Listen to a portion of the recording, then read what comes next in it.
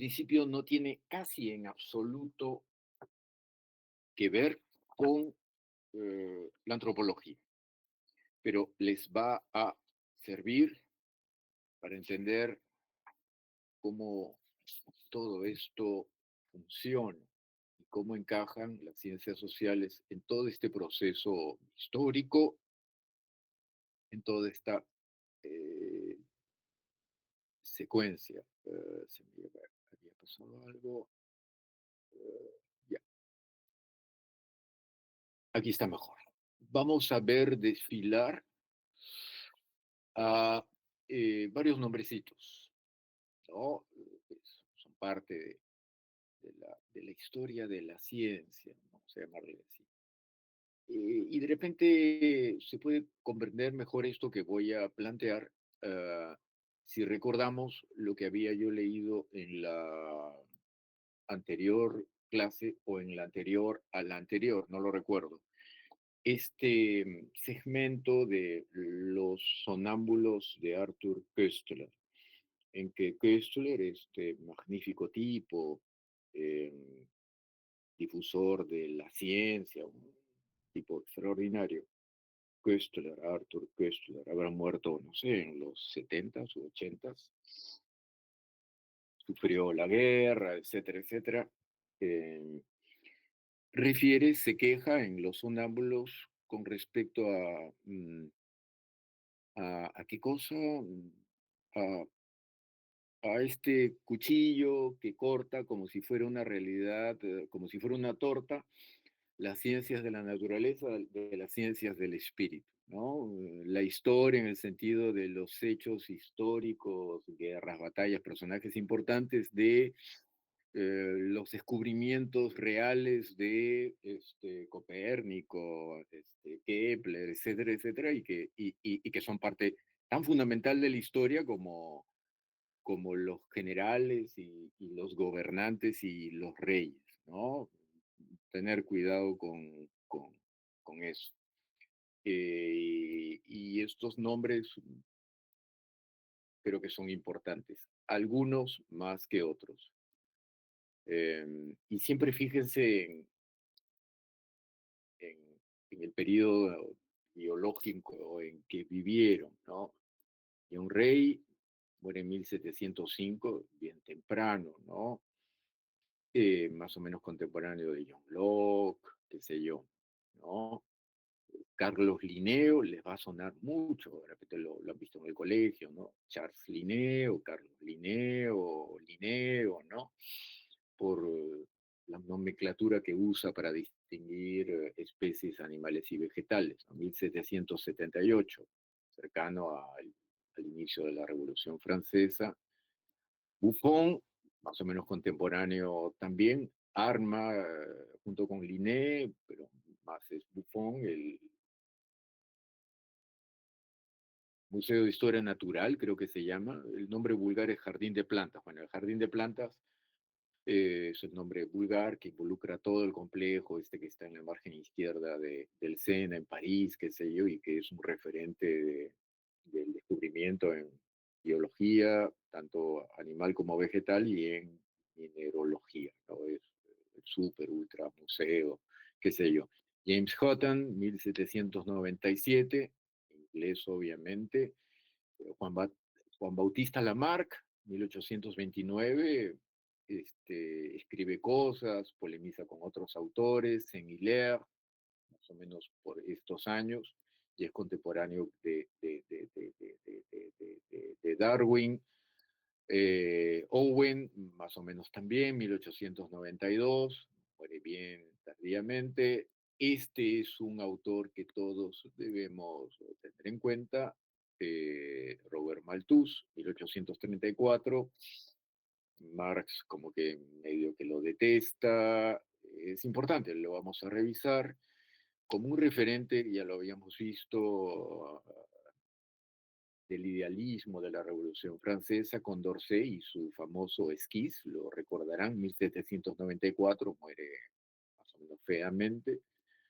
Eh,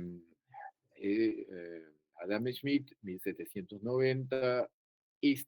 William Godwin, no es importante, pero lo voy a poner así como remarcado, muere en 1836. No es importante, pero lo remarco porque el texto de Malthus es un poquitín una réplica de este William Godwin, que es un optimista, y aquí empieza, ¿no? Que es un optimista con respecto a la perfectibilidad humana que pasa por o que va hacia la felicidad medio que paradisíaca desde la constitución de planes utópicos manufacturados por antropólogos, voy a usar esa palabra graciosa, por antropólogos, sociólogos, filósofos sociales, por los que sabemos, ¿no? Por los inteligentes, por los planificadores, etcétera, etcétera. ¿Para qué? Para la propensión a la felicidad humana.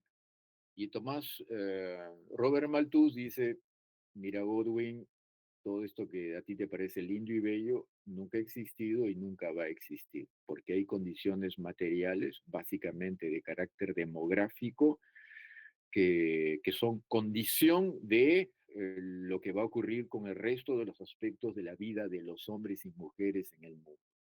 Y si la propensión a la reproducción biológica es mayor, si la reproducción biológica, cópula hombre-mujer y más niños por millones y millones y millones, supone una propensión geométrica versus el crecimiento de la producción de proteína, grasa y carbohidrato, la resta, la diferencia, ¿no? Entre más millones de hombres y, no, y un bajo crecimiento de la producción de alimentos, la resta es hambre, miseria y muerte. Y un sufrimiento bien jodido para la población humana, ¿no? Que es lo que en algunos segmentos de la población mundial ocurre, ¿no? Y tener cuidado con Godwin porque Godwin dice, no, pero hay hombres y mujeres, creo que no refiere mujeres, porque estamos en una época en donde hay obviamente invisibilización de la capacidad intelectual de la mujer, etcétera, etcétera, que por razones que todos conocemos se minusvalora y todo lo demás, por la acción de hombres inteligentes, planificadores, utopistas, se puede lograr la felicidad. Y ahí tener cuidado con los utopistas y con las utopías, ¿no? Porque la perfección tiene sus exigencias, ¿no? El que no se adecua eh, se le quita la vida, ¿no? Hago una digresión, si ustedes leen, es algo que creo que tarde o temprano deben leer, si no lo han leído, La Utopía de Moro, cuando yo la leí de adolescente, yo dije, qué lindo, quiero eso, ya, pero la leí después y varias veces, qué sé yo, ya no quiero eso. ¿Y por qué? Porque es una sociedad de carácter totalitario en donde la justicia y el orden son muchísimo más importantes que la libertad. Y el eterno problema de la ciencia política y de la sociología política y de los gobernantes es el equilibrio que nunca existe o que nunca satisface a todos entre orden y libertad, ¿no? Entre justicia y libertad. Es lo más arduo que puede haber. Pero queda claro que ciertas buenas voluntades pretenden el orden, así como el Platón de la República, o mejor el Platón de Leyes, del diálogo Leyes, en que para lograr la felicidad y la sociedad perfecta recurre a comisarios, o sea, tipos con palo que con leyes, al que no se comporta de acuerdo a la exigencia para la felicidad del conglomerado, se le castiga arduamente. Y ahí viene el problema. Ah, eso es justo, pero atenta en contra de la libertad. El eterno problema. En fin, Charles Lyell, que es más cercano a nosotros, es más importante junto con Darwin y junto con Herbert Spencer y junto con Alfred Wallace, que ya es por lo menos del siglo XX. Pero eso no va a interesar tanto. Entonces hay como que, si miran acá, solo lo voy a poner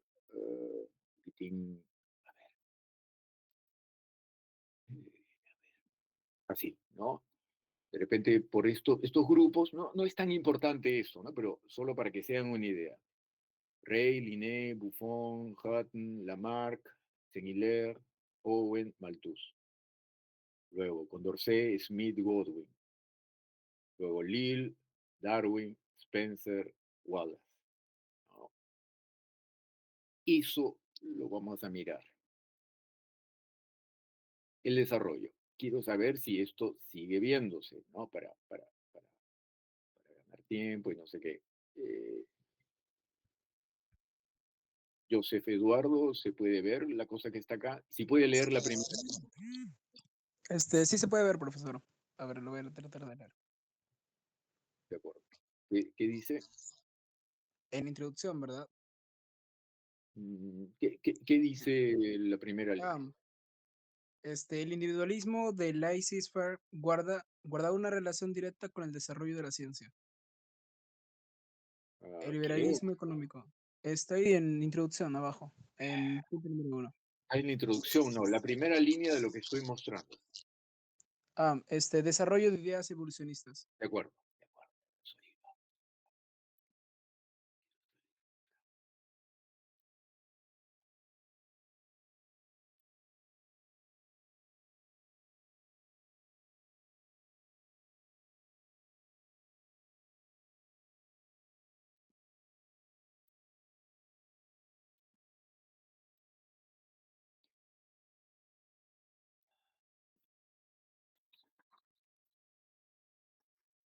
Bien.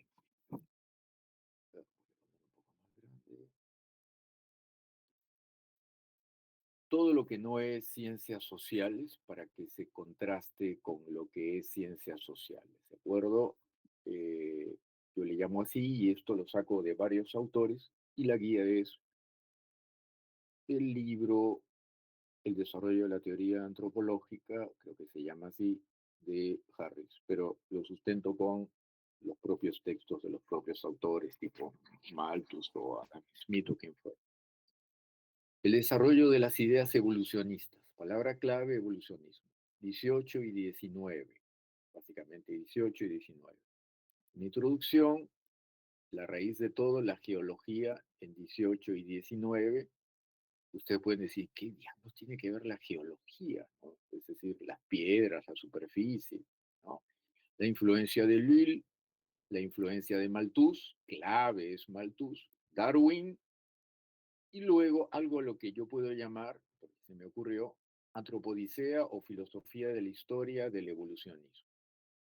Dicea viene de dique, justicia, antropos, hombre, la justicia del hombre. Es un término que luego voy a explicar.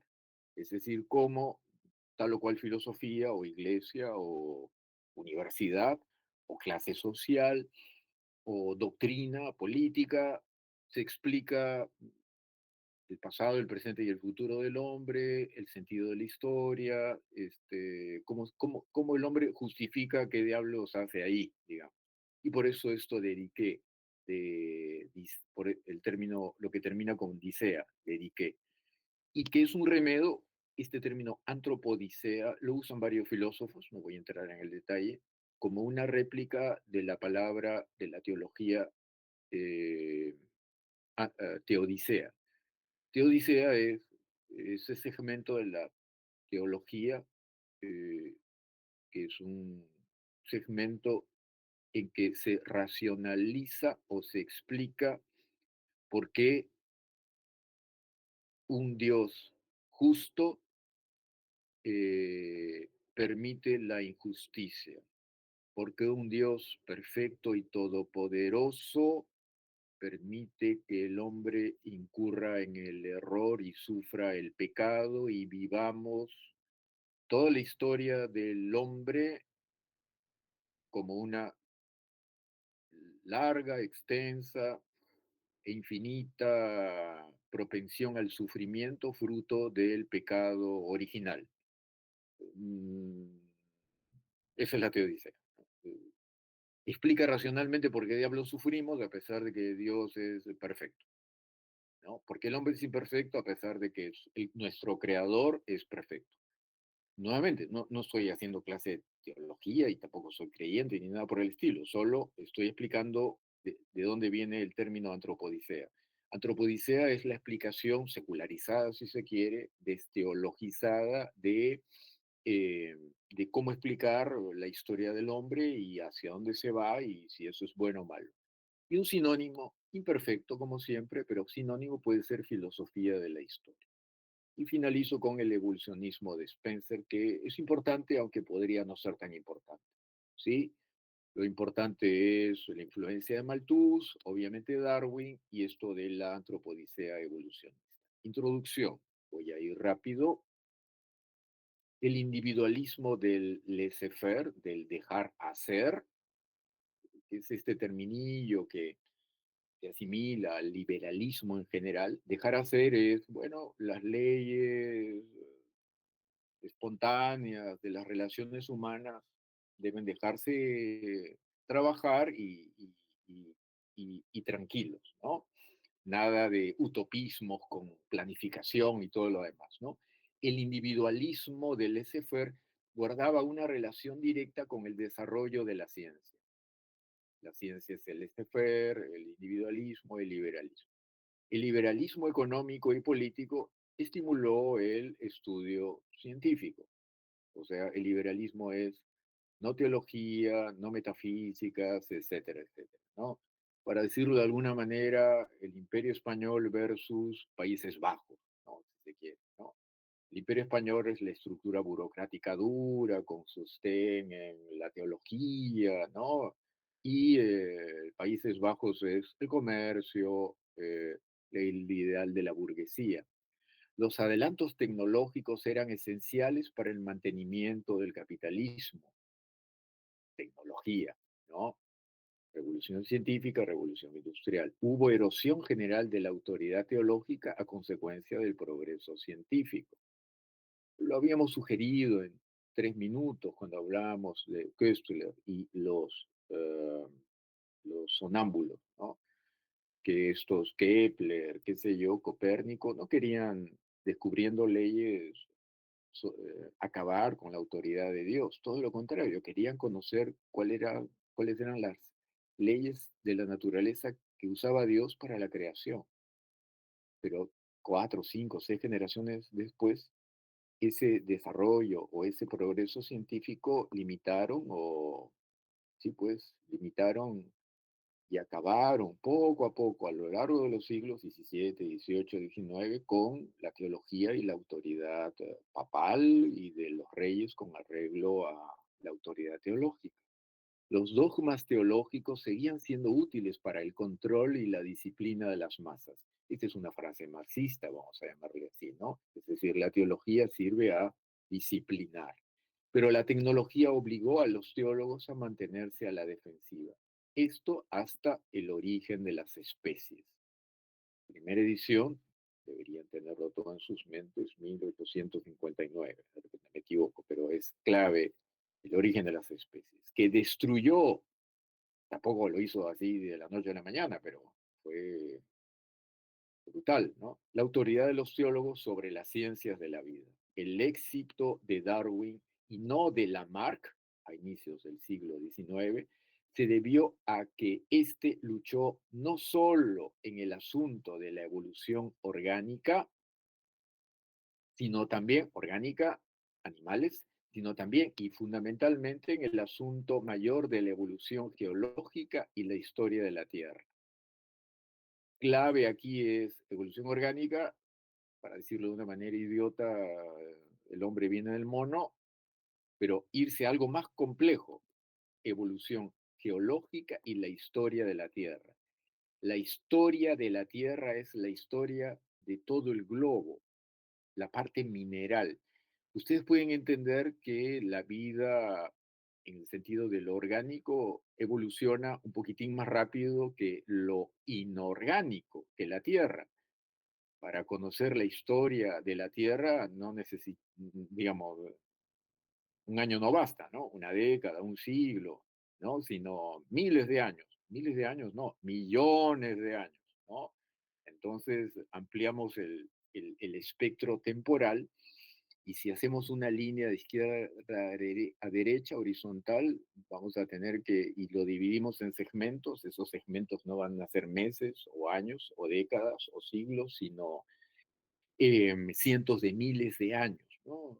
Como ustedes saben, un poco por literatura general, el Homo sapiens más o menos está caracterizado como más o menos nos vemos en el espejo unos 150.000 o 200.000 años, ¿no?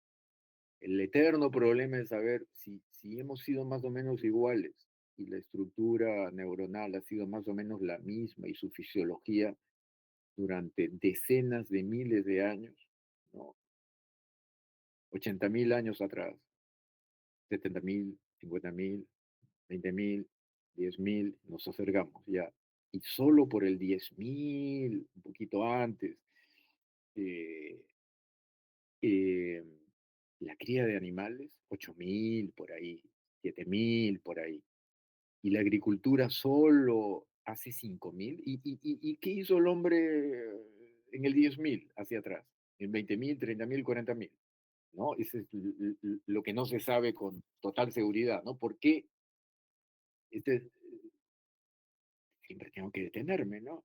¿Por qué la revolución neolítica?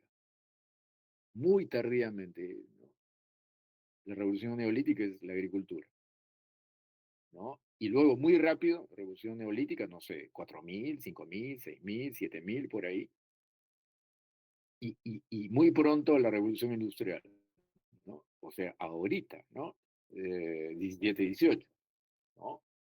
Entonces, Darwin se mete con, no solo con la biología, sino con la geología, que supone la necesidad de más años, pero por milenios, ¿no?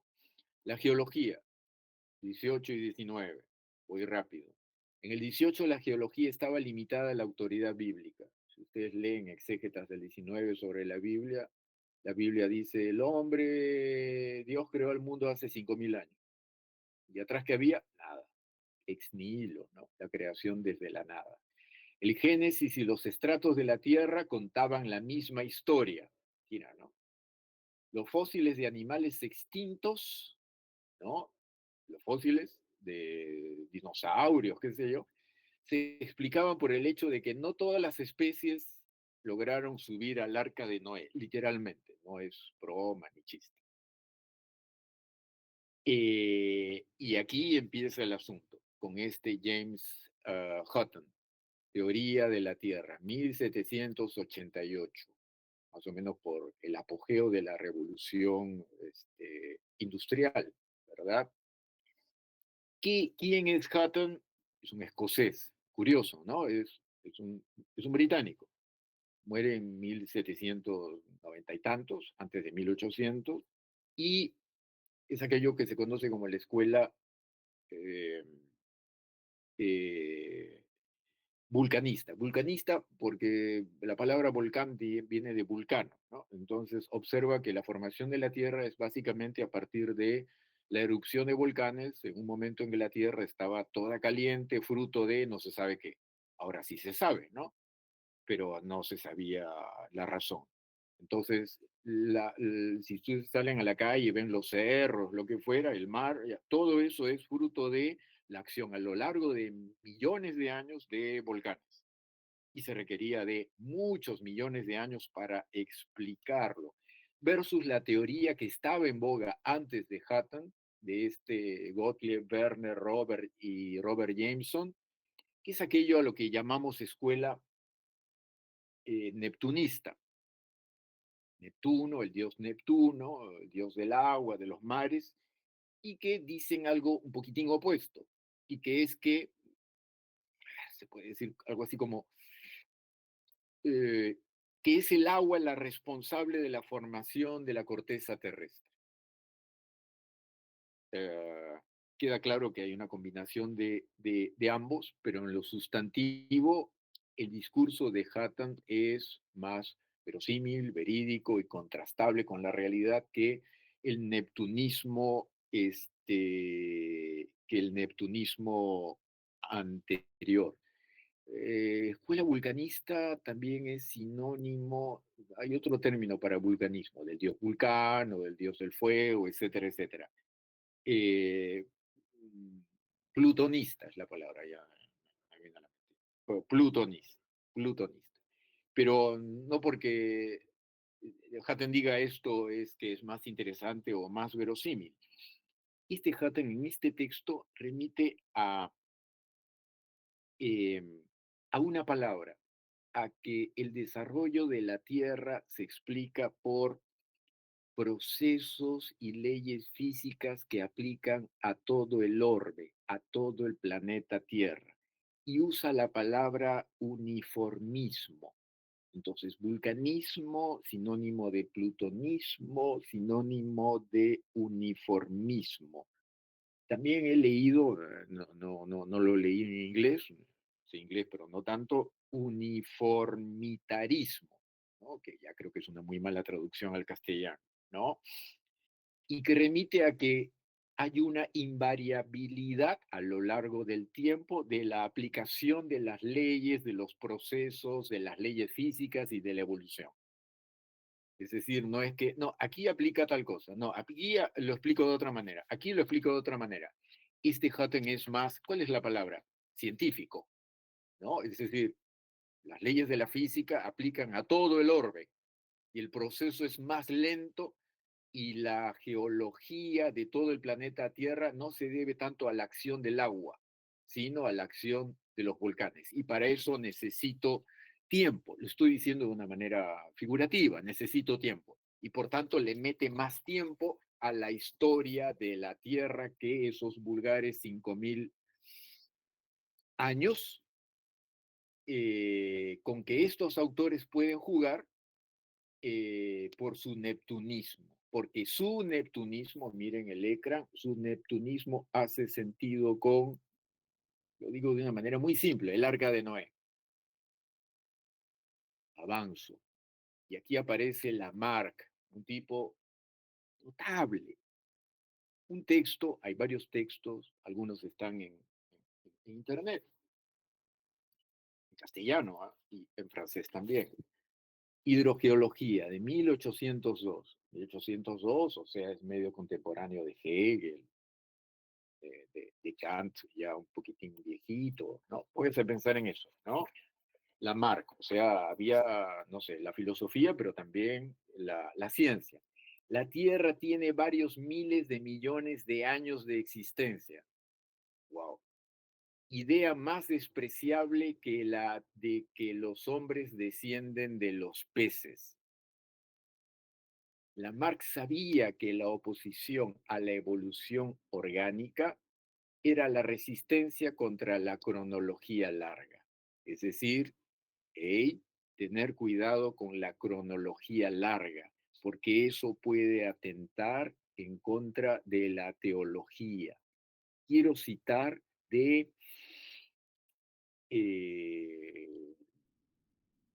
de Harris un segmento de la hidrogeología de Lamarck, o algo.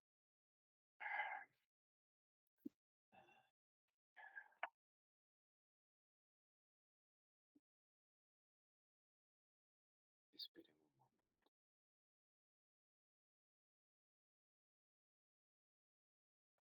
En fin, bueno, voy a seguir.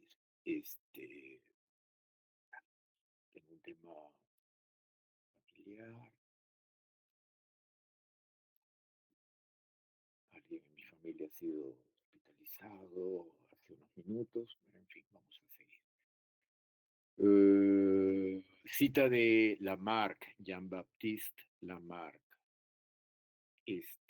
Escuchen esto. El tema es el tiempo. ¿Ya? El tema es el tiempo. Lamarck.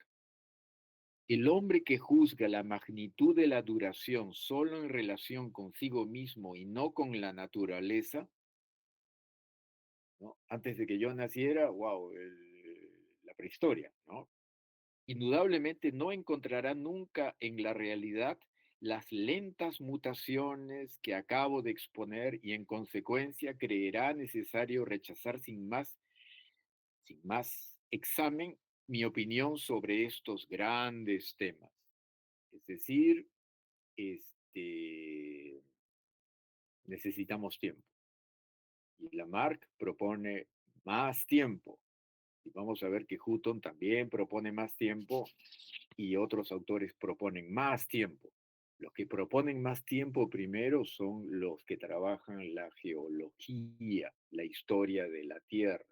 La cronología bíblica siguió, sin embargo, con vigencia hasta la veintena del siglo XIX. Y esto en parte por la presión de Lamarck, etcétera, etcétera, que insistía en necesitamos más tiempo.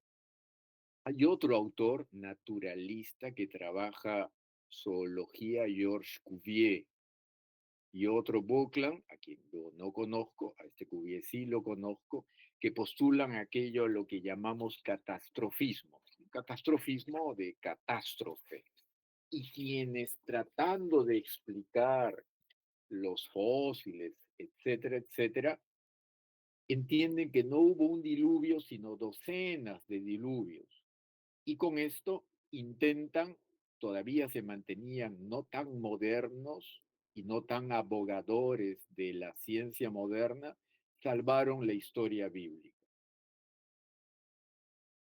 La influencia de Lille, que es tan importante como Lamarck, y un poquito más adelante, Principios de Geología, 1830. Él va a terminar de desvirtuar todo esto. Basado en la obra de Hutton, Actualismo, los procesos observables del presente pueden explicar todos los fenómenos geomorfológicos hacia atrás. Consecuente ampliación de la cronología. Lo que sucede en el presente es como lo que sucede en el pasado por las mismas leyes físicas que no varían con la voluntad o con la cultura, por decirlo de una manera chistosa. Lyle llevó a Darwin abreva de todo esto, básicamente de Malthus, de Lyle, de Lamarck, de Hutton creo que sí, no lo tengo en la cabeza, pero de Lille, de Lamarck y de Malthus.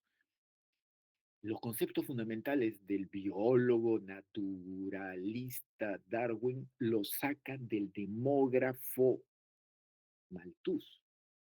Darwin, fisicalista, saca su concepto más fundamental de un demógrafo, teólogo y párroco de una iglesia protestante, Malthus. Pónganse a pensar en eso. Lyle llevó a Darwin a superar su respeto a la autoridad bíblica. Lyle dice, oye, la historia no es de 5.000 añitos, ¿no? Darwin lee a Lyle temprano, 1830, y dice, bueno, ya sabes qué, ya me convencí de que, de que lo que yo veo con el viaje en el Beagle, es más certero y puntual, y mis deducciones más fundamentales que lo que dice la Biblia. Pero Lyle siguió conservador sobre la evolución biológica. Dedicó un capítulo a criticar la teoría de Lamarck de la bioevolución, capítulo que influenció a Herbert Spencer. No vamos a hablar de Spencer, que es importante, pero no tanto. Según Lyle, cada nueva especie estaba preadaptada por el creador para sobrevivir a las condiciones de su momento. Lyle se tira abajo el tiempo, pero sigue creyendo en el creador. El peso de la teología en estos momentos, siglo XIX, es bien importante. Muchos científicos descubren leyes y siguen piadosos, no solo con su piedad moral, de respeto al ritual, sino a las explicaciones de eso que es lo más jodido, la historia, ¿no? Pero a pesar de ello, Lyle remarca la importancia de las modificaciones de la comunidad biótica entre los cambios que producen la extinción. La historia es cambio, crisis, lucha, lucha por la vida, les sonará, ¿verdad? La lucha por la vida. Para usar un término vulgar y tonto, el pez grande se come al chico, ¿no? Es decir, La primera causa de la extinción de unas especies es la introducción de otras. Eso es Darwin. Pero Lyell ya lo estaba sugiriendo en 1830 y el texto de Darwin que publica Darwin y que cocinaba antes del recorrido por todo el mundo en el Beagle y durante el Beagle y después del Beagle es de 1859. Antiguas y nuevas especies entablan un combate por la sobrevivencia. Esto está en el libro. Ya lo decía antes de Darwin. Darwin ordena todo y de una manera descarada lo publica y torna un éxito editorial. La creencia en la lucha por la vida le hizo precisamente criticar el evolucionismo de Lamarck, en donde en Lamarck no había lucha por la vida, pues no entendía cómo existiendo especies más aptas, las menos aptas podían sobrevivir un tiempo bastante largo como para reunir las modificaciones necesarias para su supervivencia. Lamarck extiende el tiempo, pero hace caso omiso a la posibilidad de que unas especies para que aparecen tienen que eliminar a otras especies y por tanto no aparece el concepto de lucha por la vida. Lyell, Spencer, no va a interesar tanto ahora. Y de repente ya tírense abajo Spencer. Y Darwin propone una síntesis de los temas de lucha y de progreso. Lucha y progreso. No Lamarck. Lyell lucha, Spencer es un propagandista, ¿no? Es un sociólogo, positivista, en fin, viene un poco posteriormente, ¿no? Y Darwin proponen que lucha y progreso tienen que ver, señores. Lucha es sufrimiento. Y esto, un poquito más adelante, contemporáneo también de estos autores, del propio Darwin, Marx lo agarra. Y cuando Marx refiere el término lucha de clases, el término modo de producción, Marx no está bromeando, ¿no? Él no dice, ay, que quiero una sociedad bonita para que todos estén contentos. No, no, él rescata a Darwin y entiende que, oye, historia es crisis, crisis es lucha, lucha es sufrimiento. Unos viven, otros mueren. Póngase a pensar en esto. El modelo de lucha inspirado en la condición humana, es decir, la condición humana vista por estos autores que tienen lecturas de filosofía, inspiran su concepción de la lucha por la vida en el ámbito biológico. Lo que podemos llamar actualismo, lo que sucede ahora, sucedía en el antes de Lille, significa que la lucha por la existencia, concepto de Lille que rescata Darwin, lleva a la extensión de los tipos, a la extinción, perdón, menos favorecidos. Acá hay una palabra mal tipeada, extinción. A la extinción de los menos favorecidos. Y Lille, y esto suena feo, ¿no? Pone un ejemplo, el conflicto entre europeos y salvajes. Se puede entender, ¿verdad? Es decir, el salvaje muere porque el europeo es más capaz. Ah, es racista, sí, es racista, etcétera, etcétera, ¿no? Qué sé yo. Cita de Lille, que es un poco duro, ¿no? Duro, vulgar, qué sé yo. Cita de Lille, cito a Lille. Una pálida imagen de la condena a una segura extinción de una especie menos dotada para luchar con una condición nueva en una región en la que ya habitaba previamente y donde tiene que competir con una especie más vigorosa, es la que ofrece la erradicación de algunas tribus salvajes por el avance de las colonias de alguna nación civilizada. Está escribiendo el libro. Esto se puede leer desde un punto de vista de legitimación del colonialismo, del imperialismo. Estos tipos no bromean, entran en serio. Este tipo de lucha es solo entre dos razas diferentes de, de hombres, ¿no? Sin embargo, pocos acontecimientos futuros son tan seguros como el rápido exterminio de los indios norteamericanos, podríamos decir bien racista, ¿no? No habían bajes para callar lo que decía su prejuicio o la palabra que fuera, ¿no?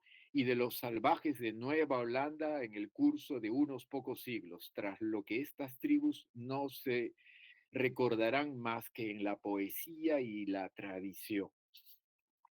Palabras duras, ¿no? Lil no jugaba. Y esto es lo que rescata Darwin de Lil. Lil habla de especies biológicas del ámbito animal, pero las compara indistintamente con el ámbito de la sociedad humana. Lil influye, por ejemplo, también en Spencer. Lil, hablo acá, Lil con su crítica a Lamarck en que la vida no es bella, ¿no? Influencia con efecto opuesto tanto a Darwin como a Spencer en sus teorías de la evolución. ¿Qué rechaza Lil de Lamarck? Eh, ya lo hemos visto, lo hemos dicho con un par de frasecitas. Lil rechaza la expresión última de la fe del siglo XVIII. El siglo XVIII todavía es utopista y optimista con respecto a la perfectibilidad del género humano sin mucha muerte, sin mucha destrucción. Expresión de eso es Condorcet, absolutamente, ¿no? Y Godwin. Condorcet y Godwin son todavía los gritos últimos de, no, pero todo se puede perfeccionar sin necesidad de mucha violencia. El siglo XIX es la violencia, ¿no? Todavía no es la violencia entre blancos, por decirlo, ¿no? Primera y Segunda Guerra Mundiales, ¿no? En la perfectibilidad del género humano. En Lamarck, la naturaleza está obligada por leyes inmutables a producir siempre criaturas más, cada vez más perfectas, ¿sí? Cada vez más perfectas, pero sin eh, mucha violencia. Leo una cita de Lille sobre Lamarck. Escuchen. Y hago una pausa, güey. Se me está pasando el tiempo. Oh, qué rápido pasa el tiempo. Espero que no se aburran. En fin, en fin. Lo que dice Charles Lille de Lamarck. Lamarck es medio tontín en ese aspecto. Las especulaciones de Lamarck no conocen límites definidos. Da rienda suelta a la conjetura y se imagina que la forma externa, la estructura interna, las facultades instintivas, hasta la razón misma pueden haberse desarrollado gradualmente a partir de alguno de los estados de existencia más simples. Que todos los animales, que el hombre mismo y los seres irracionales compara al hombre con los animales, ¿no? ¡Wow!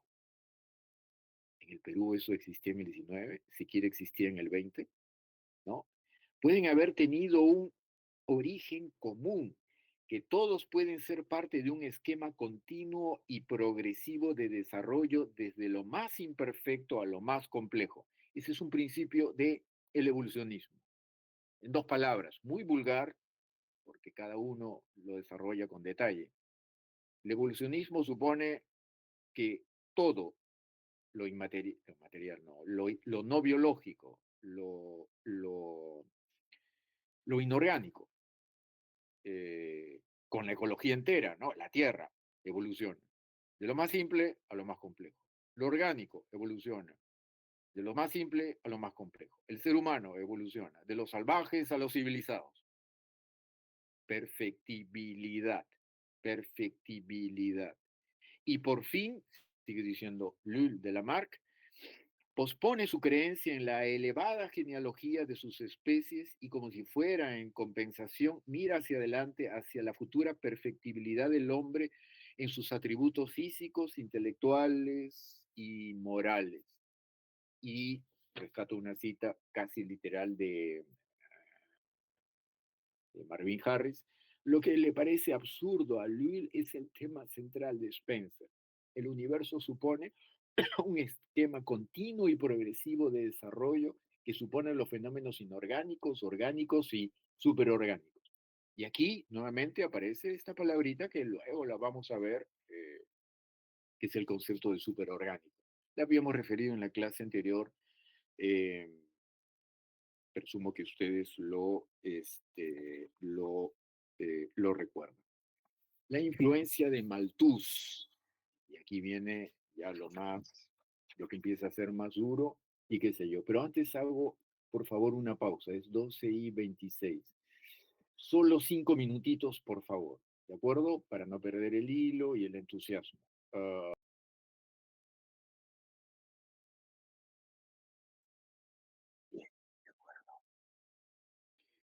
Estábamos presentando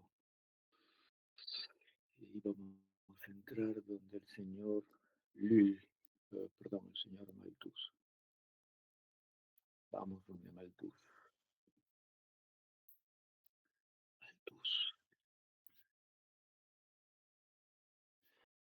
Malthus. Malthus. Malthus. Malthus. Malthus.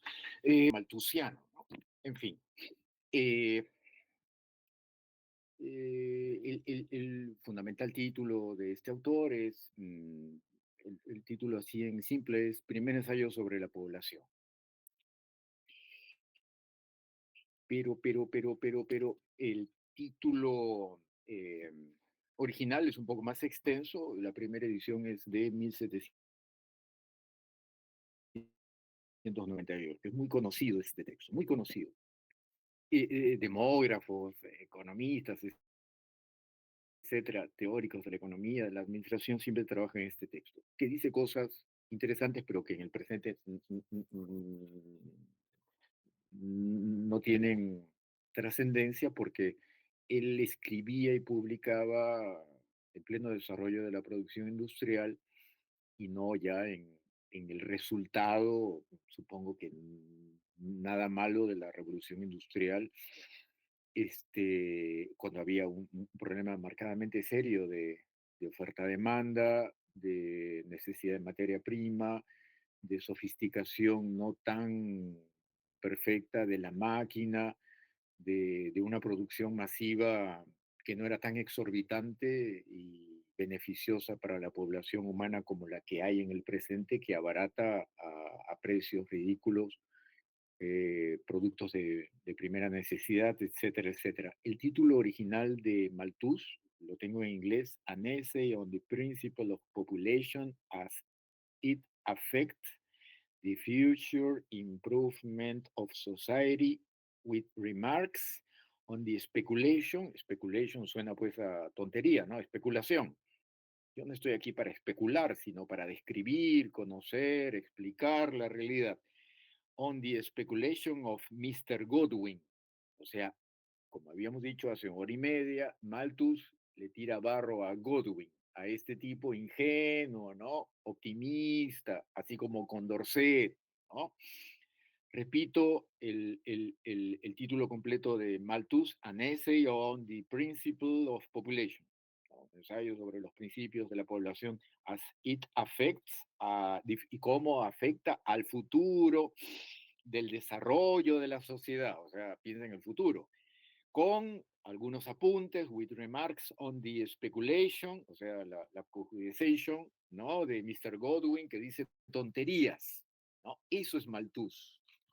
¿Qué dice Malthus? Ya, aunque nos tiremos, no voy a respetar el tiempo, ¿ah? Aunque nos tiremos hasta el último minuto de la hora que tenemos.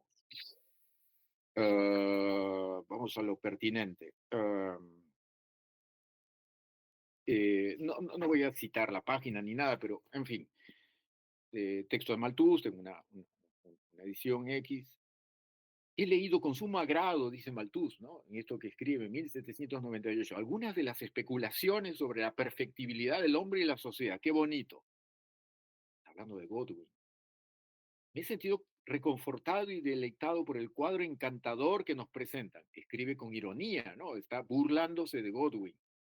Ardientemente deseo tan felices perfeccionamientos, pero veo el camino hacia ellos erizado de grandes e insuperables dificultades. Mi propósito no es otro que señalar esas dificultades reales, afirmando al mismo tiempo que lejos de regocijarme de ellas como causa de triunfo sobre los amigos de la innovación, nada podría producirme mayor a grado que ver esas dificultades totalmente superadas.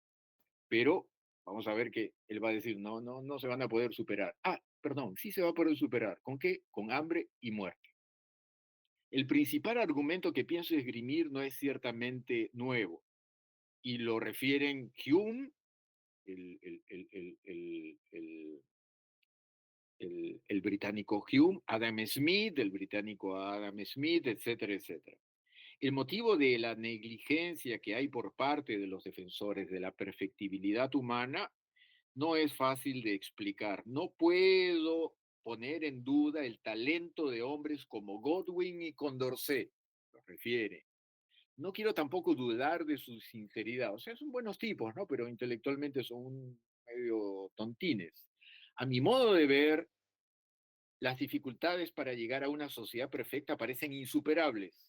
Sin embargo, estos hombres de reconocida inteligencia y sabiduría apenas se dignan en mencionarlas y prosiguen con sus especulaciones. Y como hemos dicho varias veces en estas breves clases, las especulaciones son bonitas, pero estamos hablando de la realidad, no de especulación. Creo poder, sigue diciendo, ¿quién? ¿De quién estoy hablando? Alguien que me lo diga, ¿de quién estoy hablando? Malthus. De Malthus, ¿de acuerdo? Gracias. Creo poder honradamente sentar los dos postulados siguientes. Primero, el alimento es necesario para la existencia del hombre. Ecología. Segundo, la pasión entre los sexos, cópula, sexo, penetración, la palabra que quieran. La pasión entre los sexos es necesaria y se mantendrá prácticamente en su estado actual. Un poco más adelante, pero lo que sí ha supuesto el señor Godwin es que la pasión entre los sexos pueda eventualmente extinguirse. Medio tonto, ¿no? No, mira, si en lugar de tener sexo se ponen a jugar dominó, o damas, o ajedrez, y atenúan el ímpetu sexual, y va a haber suficiente comida para todos. Ya, Malthus dice, oye, el hombre es hombre y va a desarrollar, se va a reproducir de acuerdo a unas leyes que dicta que lo que vemos a lo largo de la historia, que hay una propensión al crecimiento geométrico de la población humana y no hay un crecimiento geométrico,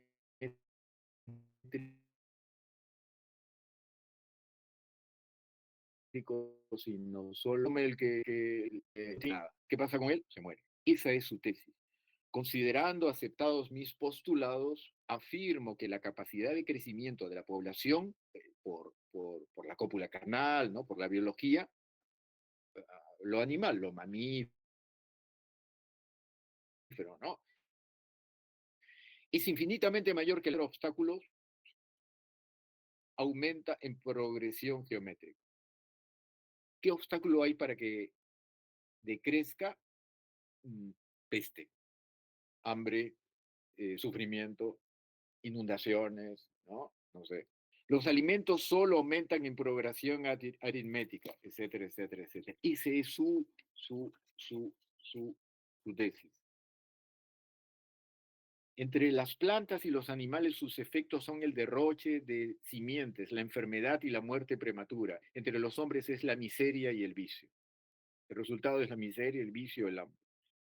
La primera, la miseria, es una consecuencia absolutamente necesaria de la ley. El vicio es la consecuencia necesaria, el vicio es la consecuencia sumamente probable, y ahí todos los problemas que trata la demografía y la sociología del ámbito urbano y de la modernidad, ¿no? Uno de ellos es violencia, ¿cuál es la palabra?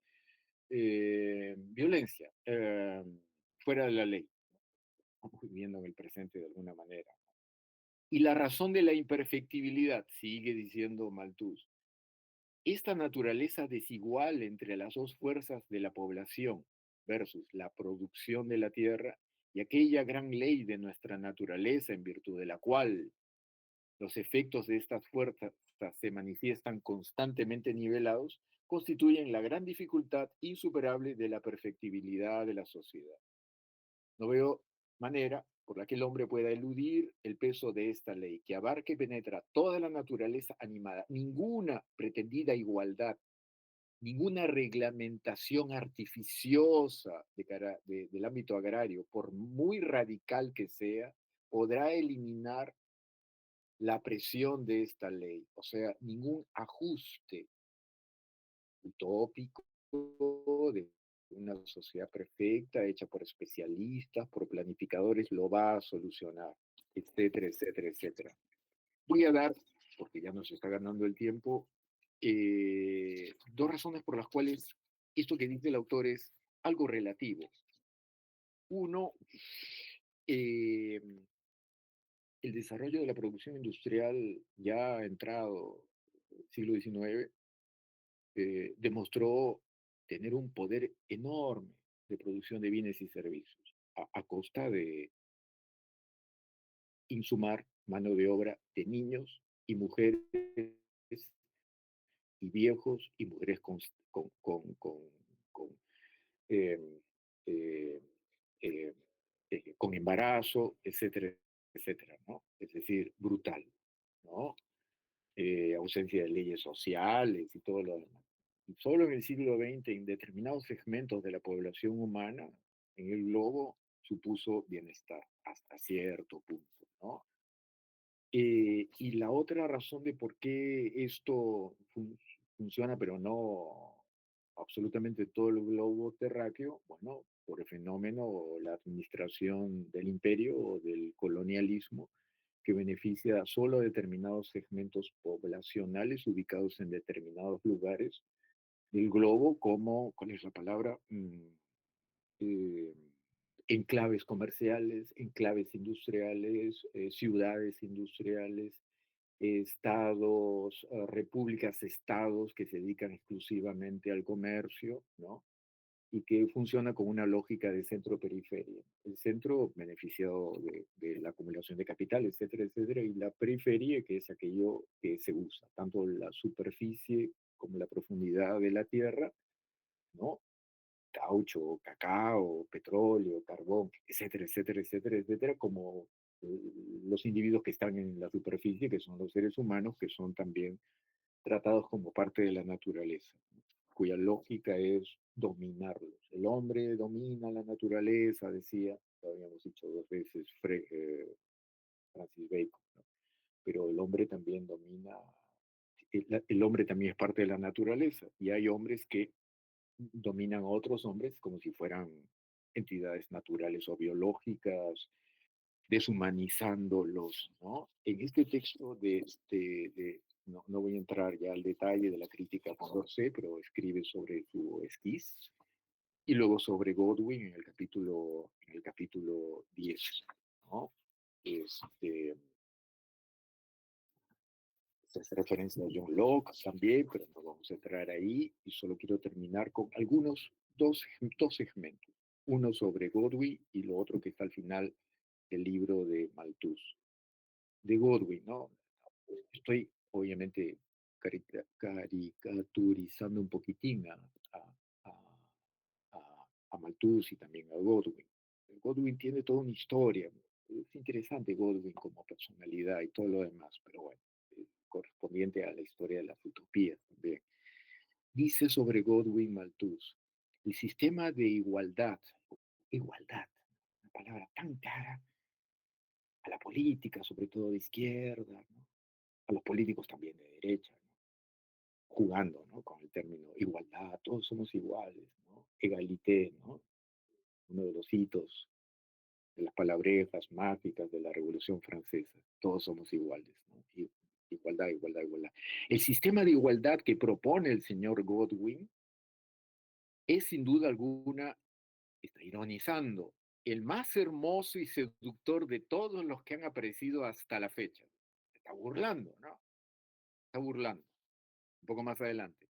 La sustitución del amor propio como resorte principal y principio motor de la sociedad por la caridad está jugando porque está postulando, habría que revisar el texto de Godwin, que también es accesible. Se llama Inquiry Concerning Political Justice. Se le conoce como Political Justice. Así, pongan Political Justice y está en inglés. Creo que también está en castellano. Inquiry Concerning Political Justice and its Influence on moral, no sé cuánto, qué sé yo. Political justice, ¿no? Justicia política, political justice. Ya, ese es el texto de Godwin que apareció 4, 5, 6, 7 años antes del texto de Malthus. Escribían rápido estos tipos y no había computadora ni máquina de escribir.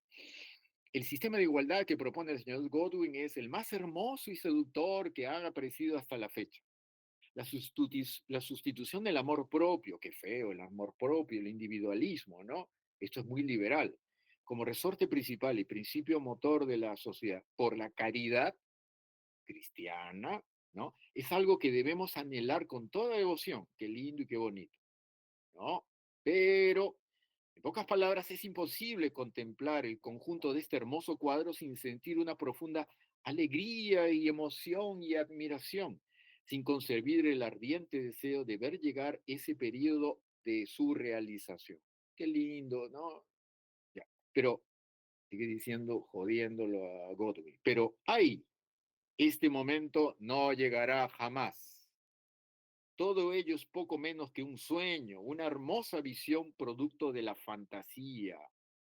El señor Godwin y sigue jodiéndolo, y sigue jodiéndolo, y sigue jodiéndolo al pobre Godwin. Y termina, escuchen esto, faltan 10 minutos, termina Malthus el libro diciendo, es así como rudo, realista, ¿no? Medio hobbesiano. La maldad existe en el mundo para suscitar no la desesperación, sino la actividad. O sea, oye, la maldad, qué mala es la maldad, ¿no? Sí, pero la maldad es productiva. La violencia es fea, pero da rédito al final de la película. Este concepto de Malthus lo rescata Darwin para entender no al ser humano, porque en el origen de las especies no escribe sobre el ser humano porque lo van a censurar. En The Descent of Man, 10 años después, escribe sobre el ser humano, ¿no? Pero este concepto de Malthus lo agarra Darwin. Y Malthus está hablando del hombre. Y Darwin no habla del hombre, sino de la biología del resto de especies, animales y vegetales. Leo de corrido. La maldad existe en el mundo para suscitar no la desesperación, sino la actividad. No debemos someternos a ella pacientemente, sino esforzándonos para evitarla. ¿Ya? No solo es el interés, sino la obligación de todo individuo desplegar todos sus esfuerzos para eliminar la maldad que hay en él y en el círculo de personas más amplio al que alcance su influencia. Ya, de acuerdo. Y cuanto más se empeñe en esta labor, más acertadamente dirija sus esfuerzos y mayores éxitos obtenga, más se enaltecerá y dignificará su alma y más plenamente cumplirá la voluntad de su creador. No obstante esto, a pesar de que es adecuado tratar de superar la maldad es el signo o la consecuencia necesaria de la condición caída del hombre. ¿Por qué? Porque Malthus es un predicador, es un hombre religioso. Y siendo un hombre religioso es interesante cómo este, este, eh, no obstante ser religioso, haya que, oye, eh, hay reglas eh, que no decide Dios, que no decide conscientemente la planificación benévola del hombre, y que decide la demografía, ¿no? El hambre y la miseria es consecuencia de que la suma de la producción es menor que la suma de la reproducción biológica. Y la resta es el hambre y la miseria.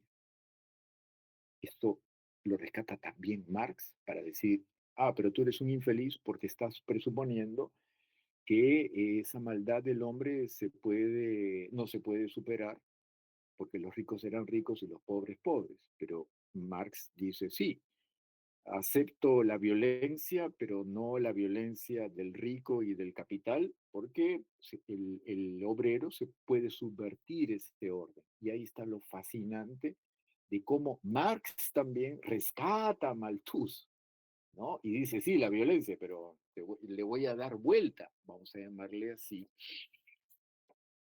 eh, a la violencia, ¿no? Aquí sigo leyendo, por favor. Usaré 3, 4 minutos más antes de la una para que descansen, pero también para decirles algo sobre lo que está pasando. En Malthus hay una lucha por la existencia, es clave en Lyle, es clave en Spencer, es clave en Darwin y es clave en Wallace. Pero solo Lyle se acerca al pesimismo y conclusiones negativas de Malthus sobre la perfectibilidad humana.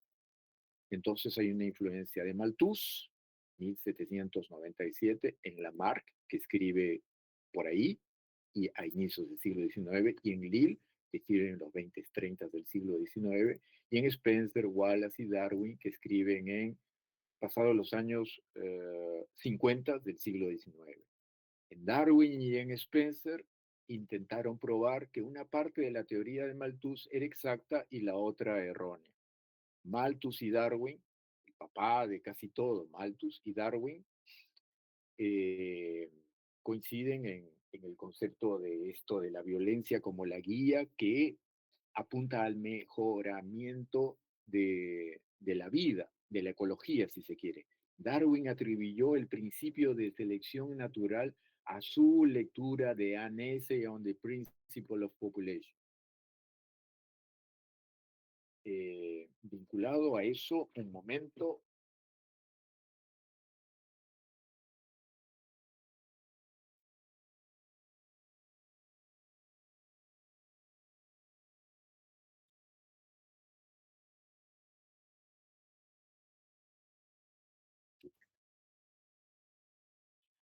como no quiero terminar a la carrera, eh, hasta esto que está en amarillo nos vamos a quedar, pero quiero cerrar con, a ver si lo encuentro, no lo tenía en la mente, pero voy a leer una de los segmentos de El origen de las especies de Darwin en que se refiere a Malthus. Hay varios momentos en que refiere a Malthus.